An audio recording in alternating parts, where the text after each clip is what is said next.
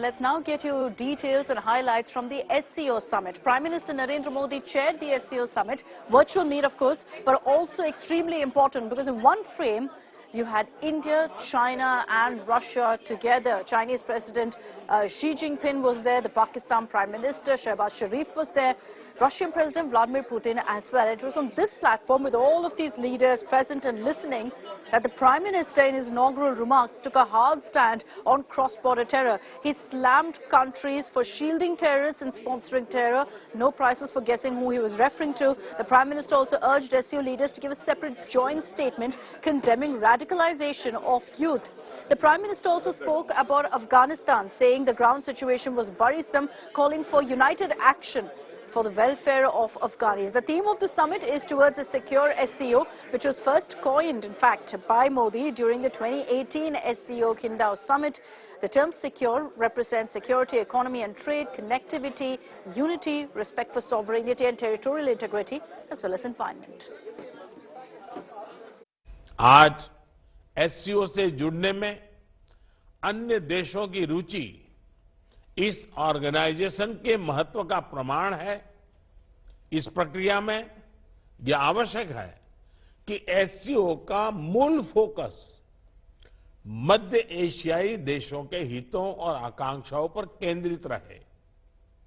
Excellency, आतंकवाद क्षेत्रीय एवं वैश्विक शांति के लिए प्रमुख खतरा बना हुआ है। हम चुनौती से निपटने के लिए निर्णायक कार्रवाई आवश्यक है।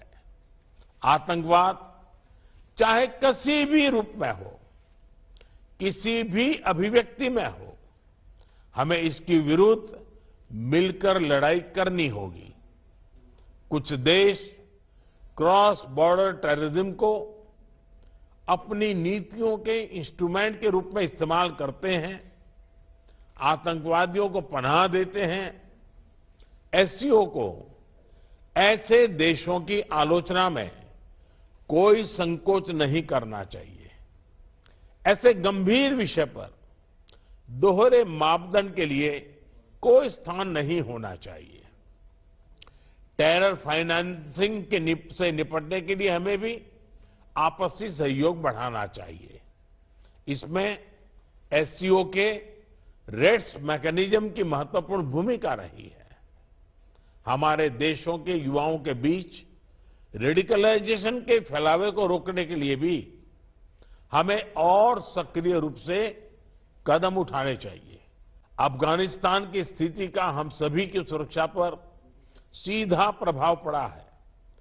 अफगानिस्तान को लेकर भारत की चिंताएं और अपेक्षाएं SCO के अधिकांश देशों के समान है।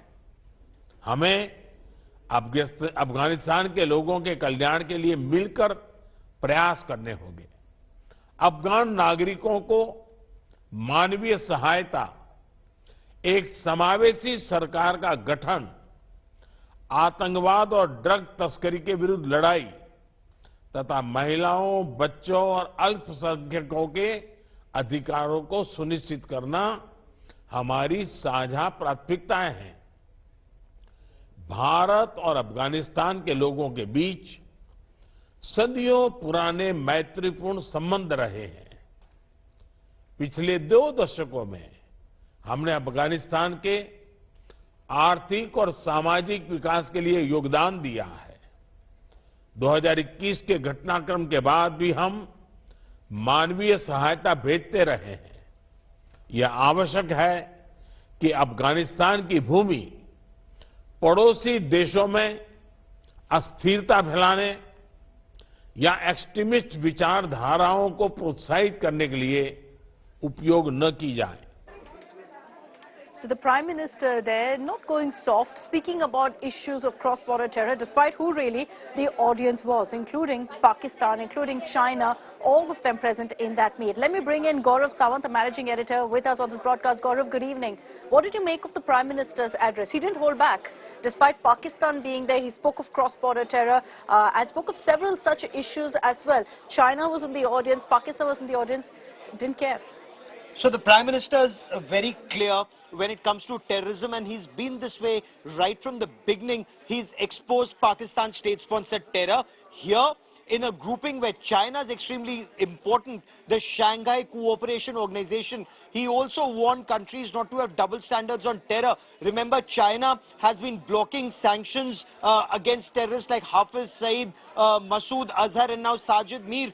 In the recent past, China repeatedly shields Pakistan's state-sponsored radical Islamist terror, and the Prime Minister said in this very important grouping that there cannot be double standards in combating terror, there cannot be state-sponsored terror, cross-border terror, and this is where Pakistan stood exposed. But a very significant point here was also the fact that while China and Pakistan are pushing for CPEC or China-Pakistan Economic Corridor, Prime Minister Narendra Modi, with Iran now being a member of the Shanghai Cooperation Organization, spoke of the Chabahar port, and Chabahar gives very important access to India to Central Asia, because Pakistan again is one country that blocks access to India's goods and services through Pakistan to Afghanistan and beyond to Central Asia. So the Chabahar port, the Prime Minister's emphasis on Chabahar was extremely important, not music to China's ears or Pakistan.